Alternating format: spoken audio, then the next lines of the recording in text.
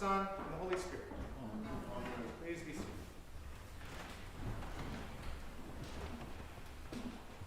The letter to the Hebrews, which we heard as our epistle today, stands apart in the New Testament. Its author is anonymous, and its theme is quite different than the other letters. Some early Christians attributed Hebrews to St. Paul, and from time to time you will hear people say, reading from the letter of Paul to the Hebrews, but that's not what you want to do. You don't want to be that person. Most Christians throughout all of the last 2,000 years have maintained that the author is an unknown person, and the content of the letter is a major reason for that. Also, Paul in his letters always says this is from Paul, and so most scholars think it was probably written between 60 and 80 AD, and unlike other books and letters in the New Testament, Hebrews is written in really excellent Greek. You may not know this. Most of the New Testament is written in kind of street Greek. It's sort of the sort of thing that you'd very colloquial, very down to earth. Hebrews is not. It's very, very, very elevated. And the author quotes and references the Old Testament a whole lot. This happens in other places, obviously, in various letters and in the Gospel, but in Hebrews it happens in really intentional ways and with great effect. It's not just a reference. This author digs into these references. So one such reference is King Melchizedek of Salem, who is the priest of God Most High. And Melchizedek is transliterated Melech, which means king of, and Sedek, which means righteousness. So his name means he's the king of righteousness. And if you know a little bit more Hebrew, maybe you do, maybe you don't, do you know what Salem means? Salem is peace, right? You probably know shalom and that sort of thing. So Melchizedek, whose name means king of righteousness, is also the king of peace, the town called Peace. And he's also the first priest to appear in the entire Bible. He shows up in Genesis in the aftermath of a war between 9 different kings in the valley of the Dead Sea. Lot, you may remember Lot from the Pillar of Salt and all of that. Lot, who is Abram, eventually to be called Abraham, who's Abram's cousin, is taken captive, and Abram rescues Lot and makes peace with the king of Sodom. And it is at this moment that King Melchizedek of Salem, who is priest of God Most High, appears. And he appears bringing bread and wine, and he blesses Abraham. Now, Christians, for pretty obvious reasons, have looked to Melchizedek and the blessing he brings in bread and wine as a foreshadowing of the Eucharist. That should be fairly straightforward and obvious. The author of Hebrews takes that one step further, not only comparing Melchizedek to the priest in the Eucharist, and actually Hebrews doesn't even bother with that. The author of the Hebrews goes the next step and compares Melchizedek to Jesus, the great high priest. In Jewish religious practice, the priest was the one who served as the bridge between the people and God. And what did that mean practically? Well, the priest could offer sacrifices on behalf of the people to God. The priest could pass through the veiled temple and into the Holy of Holies and stand before the throne of God and before the Ark of the Covenant.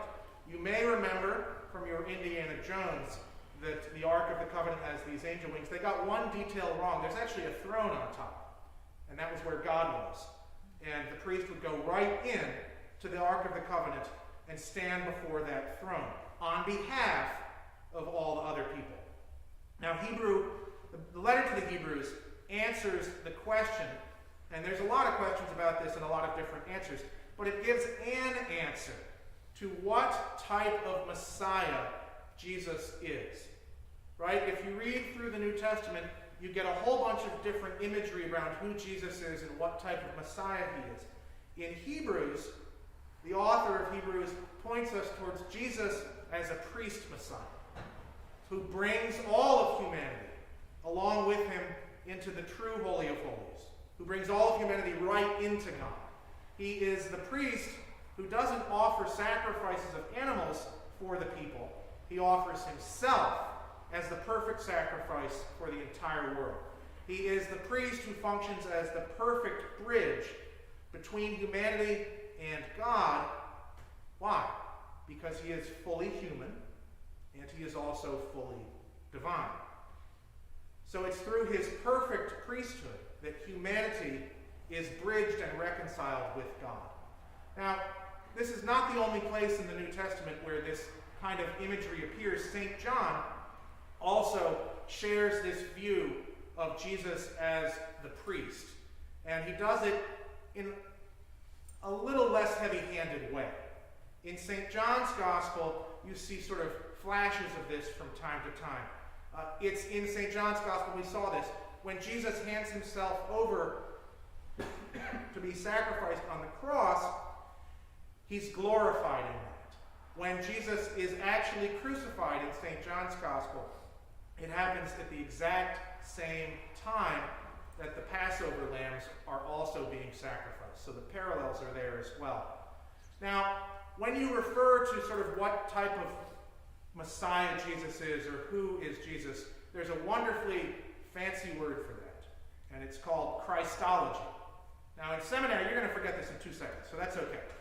Christology is the branch of theology that studies who Jesus is. Get it? Christology. Christology. Who is Jesus and what role does he play in salvation? Christology is the lens, right? You can see different people through my lens. It's the lens through which each of us see Jesus. And there's a bunch of different kind of facets to Christology. Hebrews and the Gospel according to John view Jesus through this priestly lens, right? I love that image. I like the image of Jesus as the bridge between humanity and God. I love how the author to the letter to the Hebrews illustrates that view of Christology by using the example of Melchizedek. I love his name. Like the name Melchizedek is fantastic, but also the meaning. His name means the King of Righteousness, and he's the King of Peace, and he's the priest of God Most High forever. And the cross, how do we see this in our imagery of Jesus? Have you ever looked at our cross carefully? This is the Christus Rex. It means Christ the King. You see what's on his head? It's not a crown of thorns. It's a golden crown. Do you see what he's wearing? He's wearing a Eucharistic priest vestment. It is literally the exact same type of vestment that I am wearing right now.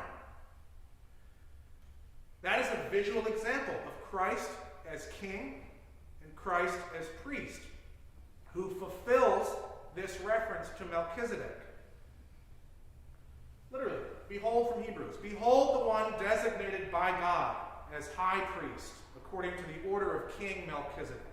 Now, the lens of Christ as priest is just one of many different lenses that show up in the New Testament and show up in Christian theology. St. Paul uses a lens that you're very familiar with. He talks about Christ as the body. Jesus is the head. All of us are the body in the world. We are different members. We have different roles and do different things. St. Luke. You may know that St. Luke was a doctor. Does it surprise you that one of the Christological viewpoints that St. Luke offers again and again is Jesus as the healer? All of the evangelists portray Jesus as a prophet, and not just a prophet, but a prophet like Moses, which means he's the prophet par excellence. All of these different lenses are very important, and it's through them that each of us catches a glimpse of how we see God. And frankly, the vision or the lens that you use when you talk about Jesus or when you see Jesus is going to resonate very well with your own personality. Do you think it is a coincidence that most of the priests I know really seem to like the Melchizedek priestly Jesus? I get it because I'm a priest. People that are doctors often really do gravitate or have experienced healing or need healing gravitate towards St. Luke. the background that each of us has. It's no different. You grow up, you live your life, you experience the world, you experience God, and it's through that, when you encounter Christ, that you take on these different lenses, and you see Jesus in different ways. And they're really important because you and I can talk much more clearly about the lens that we have than about someone else's experience of Jesus, right? I can't speak about your experience of Christ. I can speak about mine. The imagery that I have, I can speak about. The imagery that I know and grew up with that resonated with me, I can speak about. And the same is true with you. So our gospel today shows an interesting sort of merging of these things. The Greeks come to Philip with a very simple request. Sir, we wish to see Jesus. Our role as Christians is just like Philip. First, we are called, like Philip, to assist those who wish to see Jesus. Second, I think we're called by God to be honest, that each of us sees Christ through different lenses. Every one of us sees Christ through a slightly different lens. Saints throughout history have taken up the challenge of these Greeks and done their best to speak about or write about how they see Jesus. And that's exactly why when you're reading through some of these theological things or listening to a preacher, you're like, I really like that. That person resonates with me. It's because this experience is closer to you. When somebody is really, down to earth and you're really down to earth, that's the sort of person you gravitate towards in preaching. You ever notice that? If somebody's all about the art museums and the operas every time, there's a reason why that congregation is usually made up of people that go to art museums and operas. We speak about what we see, and we speak about what we know. We can only show and tell people about the things that we're confident we know about. So the question for all of you is, how do you see Jesus? As we approach Easter, take the opportunity, and I have good news or bad news, depending on your perspective. The opportunity certainly will come between now and Easter when someone will ask you, why do you go to church? What are you doing on Easter? Why do you believe in the first place? And you think, oh, it never comes up. It'll probably come up tomorrow. That sort of thing comes up more often than you think. Usually we blow it off. Well, I don't have time to answer your question about my faith, right? Don't blow it off. There's a great study, and I don't have the details. I wish I knew the exact numbers, so I'll paraphrase this, and I've mentioned this before. But in my experience as an Episcopalian, it's very true. There was a study recently that came out that said evangelical Christians. You know those annoying Christians that talk about their faith all the time?